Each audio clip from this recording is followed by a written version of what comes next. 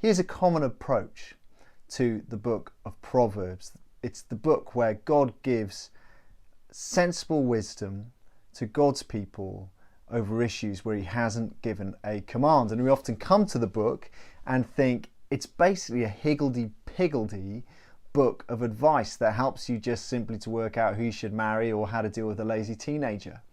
But I think as we look at the book as a whole, there is a structure, there is a purpose. See, whenever you come to a book in the Bible, one of the first things you need to kind of say is, well, what is God saying and who is he saying it to?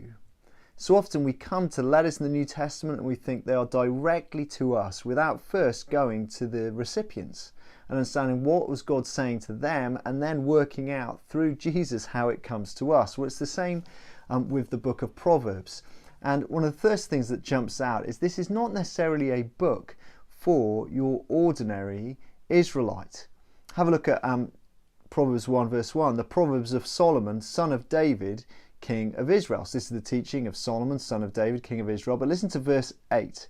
Listen, my son, to your father's instructions and do not forsake your mother's teaching. You see, here is King Solomon's, or maybe even King David teaching Solomon, or King Solomon teaching one of his children.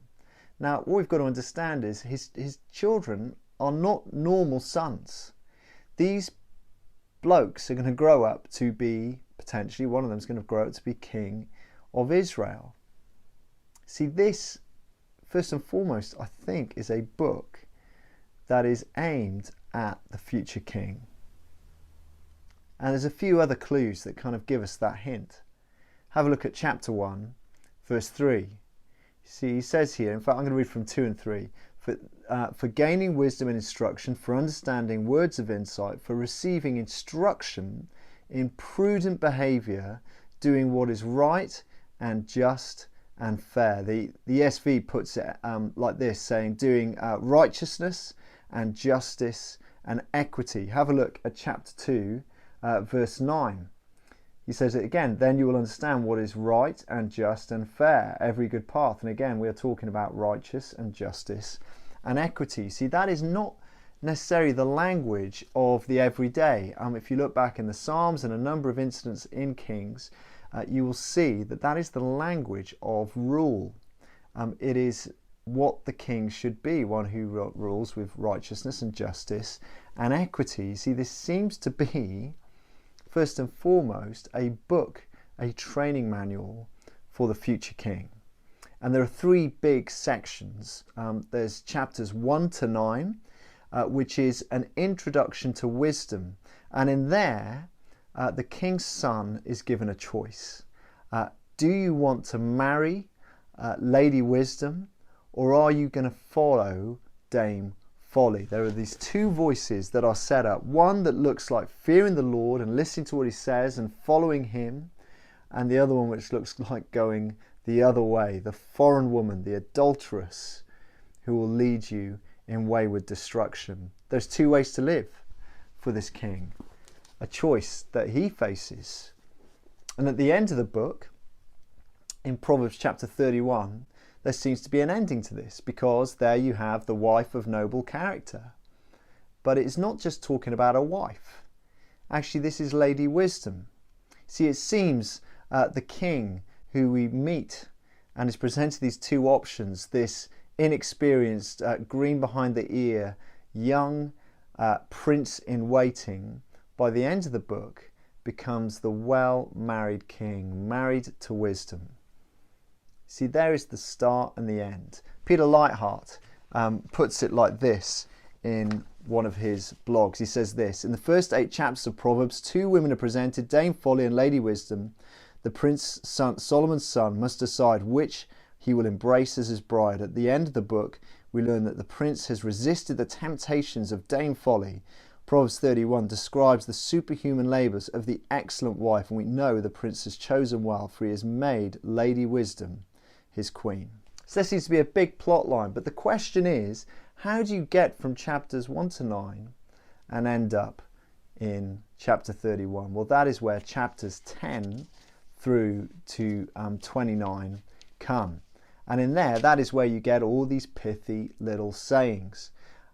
Now this is not my research. One of the lecturers up at Oak Hill has done this work, and actually as you look at these sayings, yes, they are not ranked thematically, but there does seem to be rankings. And as you'll see from this diagram, it starts with slightly easier Proverbs, GCSE level if you like, and they increasingly get complex as he gets to the point of becoming a king in waiting.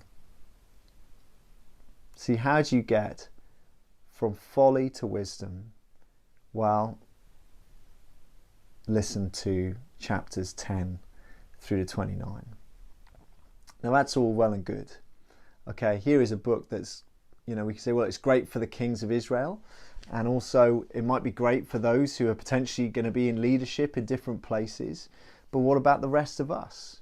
Well, let's have a think. What does this book do for us? How does it, if that's the structure, how does it point us forward to Jesus? You see, what we see in this book is the king that actually we long for, the king that we need. Proverbs probably was compiled towards the end of all the reign of all the major kings. In fact, you read in Proverbs chapter 25 that it talks about it was compiled by some people who were in Hezekiah's reign. Now Hezekiah was right at the end, so this is something that was compiled quite a bit later, and the writer will be looking back at all the different kings in Israel's line and seeing they blew it. I mean, we know ultimately, what did Solomon choose? Did he choose Lady Wisdom? Well, actually in the end he chose many foreign wives that led his heart astray. He was not the perfect king we were looking for. See, all of this points forward to a king who we need, who will rule us with righteousness and equity and justice. These proverbs that tell us about being lazy and working too hard and storing up money and all these different issues, it's not just something that the king needs to obey and say, okay, I'm not going to be lazy and I'm not going to be a gossip, although they do need to be that. But it is training for the leader to understand this is how people will act, and this is how you need to handle their hearts. And I think one of the beautiful things as we meet the Lord Jesus in the pages of the New Testament, you see the way he deals with every person perfectly. He always has the right thing to say.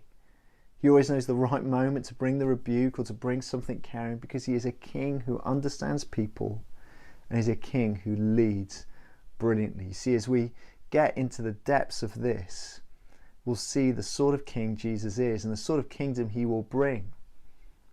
And then I guess as we see the king we want and the king we have in Jesus, we will see, well, actually we want to be like him. We want to clothe ourselves with Christ.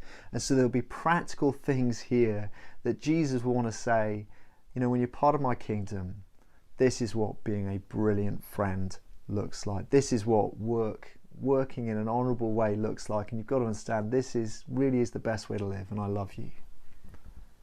So we're going to have a great time over these coming 9 weeks. Please do join us. It will be in the services, and the talks will be standalone as well on YouTube. And why not open up Proverbs and start digging in and learning about Jesus the King and wanting to be like him, wise, living in a broken world as we look forward to his return.